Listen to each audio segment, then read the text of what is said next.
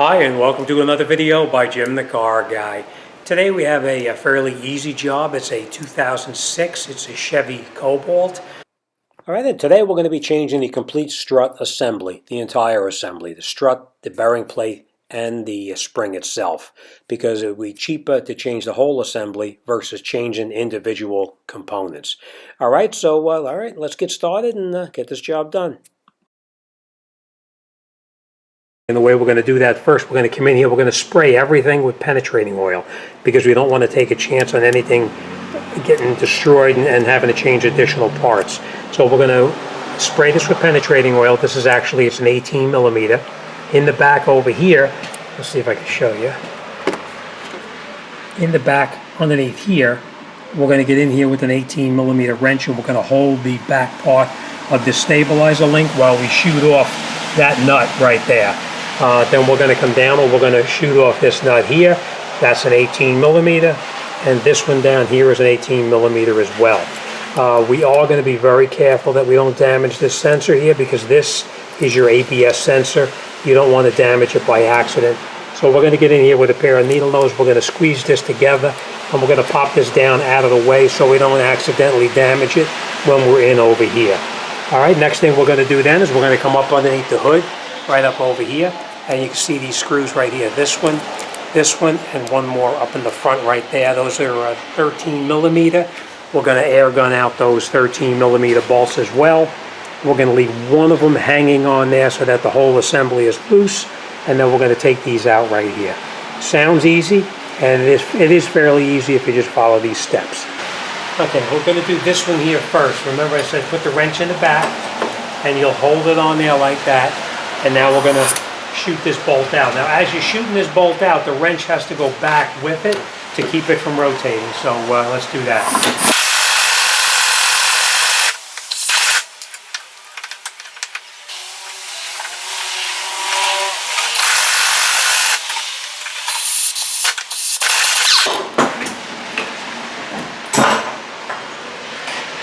Okay.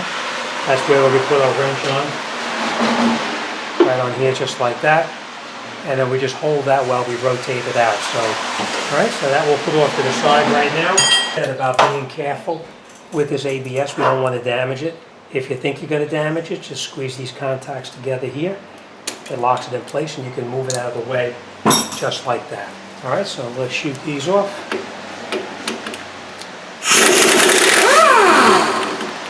Now, as you notice, the bolt comes out. I should say the nut comes off, but the bolt itself does not move. That's because the bolt is actually splined inside there, but I'm going to show you what to do in a minute. We'll take the other one out. Okay. Now we're going to just take this, screw the nut back on just a little bit, both of them, and then you just tap this here very lightly.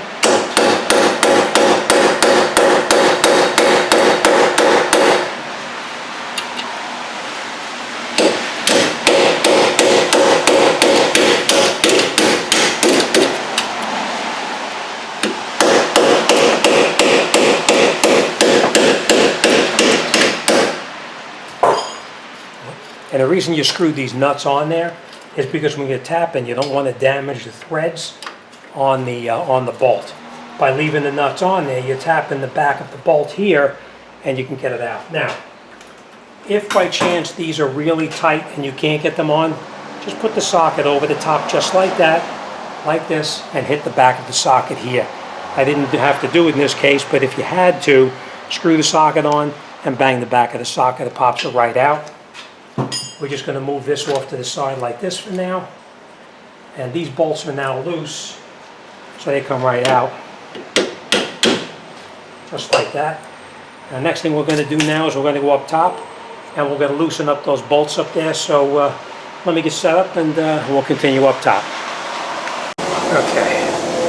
This is what I'm going to do now. You can see I took off that nut right there and I left it screwed on by just a couple of threads.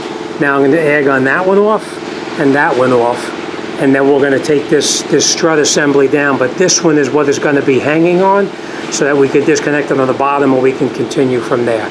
Now it's going to be hard for me to actually do this, but we're going to shoot this nut off right here, and we'll take this one out and this one out, and we'll continue.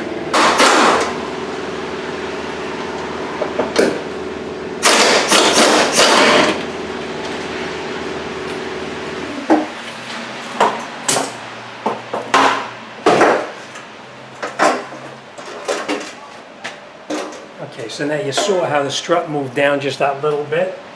Next thing we're going to do now is we're going to take out the strut.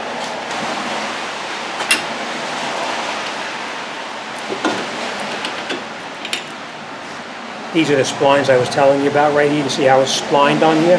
These are the splines that go into this aluminum knuckle here and actually keep it from moving. All right, so we'll get back to those in just a minute. This one is going to come out as well. Now you want to make sure that when you pull this out, you don't pull it out too far and dislodge the axle tripod. So you want to be careful with that and not come out too far. So we're just going to break it loose.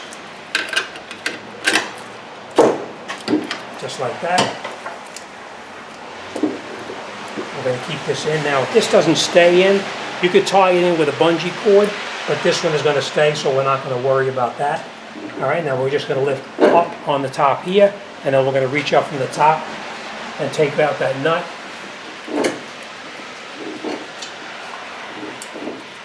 And then we'll take our strut out just like that, and that's the old strut. All right, and that's what I was telling you about with that piece moving around. Okay. Struts on this are actually left and right side, and you can see that that one is marked R, and you get one guess as to what that R means.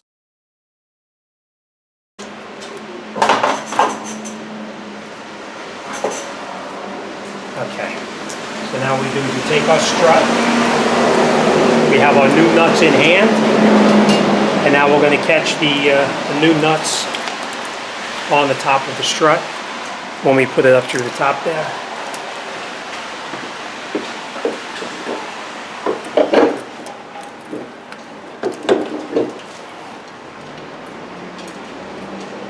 And we'll tighten these up a little later.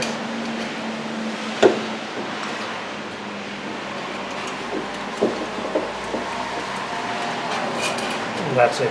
They're already caught up top, so now the strut is reconnected.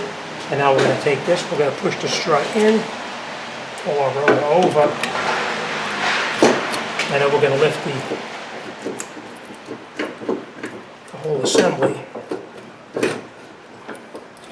up in position.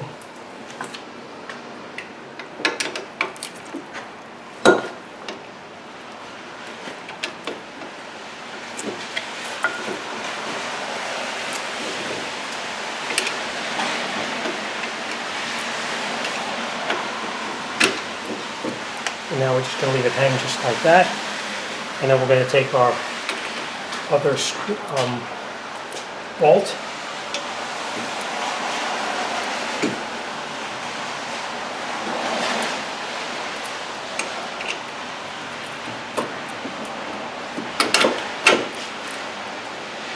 And then we can take this out.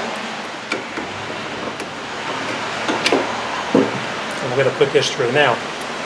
What I normally do, I try to turn these so that I can hold this with a wrench like this while I air gun it from the other side, because this way here the splines will go right into here and not chew up all the splines in there. So I just hold it on there just like that. So you want to set it up so that it's in a good spot for you.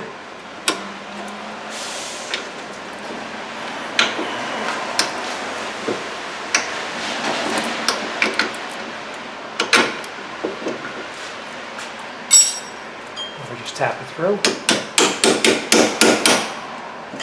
I'm just going to turn it so that it's in a good area for me to hold it with a wrench, which is right there. You just tap it in very little, just to get the splines to grab. And I will put this on here like this. We're going to catch the nuts on here. I'm going to shoot these on with the air gun, And just so you know, these do need to be torqued in, but we will come back to that shortly. All right, so now we're gonna shoot in the lower nut. We're gonna hold it so it doesn't rotate down here.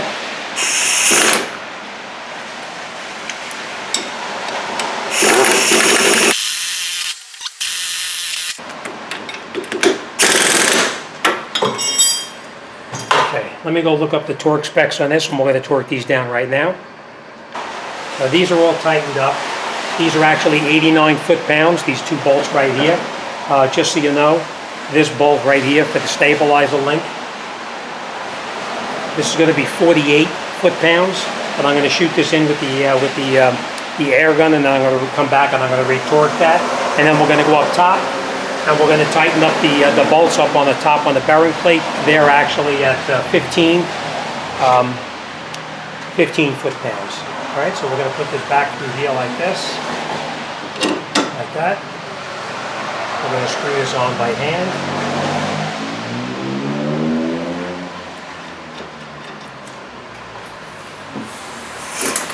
We're going to hold that nut in the back with the wrench just like this, and now we'll shoot it in. Ready?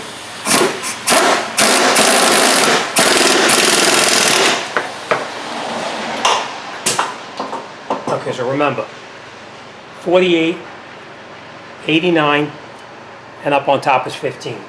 All right, now we'll put this back on here, snap it back in, so that's nice and tight. So these are all set. This one we're going to check it, and we'll go up top now. We'll tighten up those bolts up top. Okay, now you can shoot this on with an air gun. I always like doing these by hand because it only calls for 15 foot-pounds, and you don't want to take a chance on breaking them. So I just snug them in.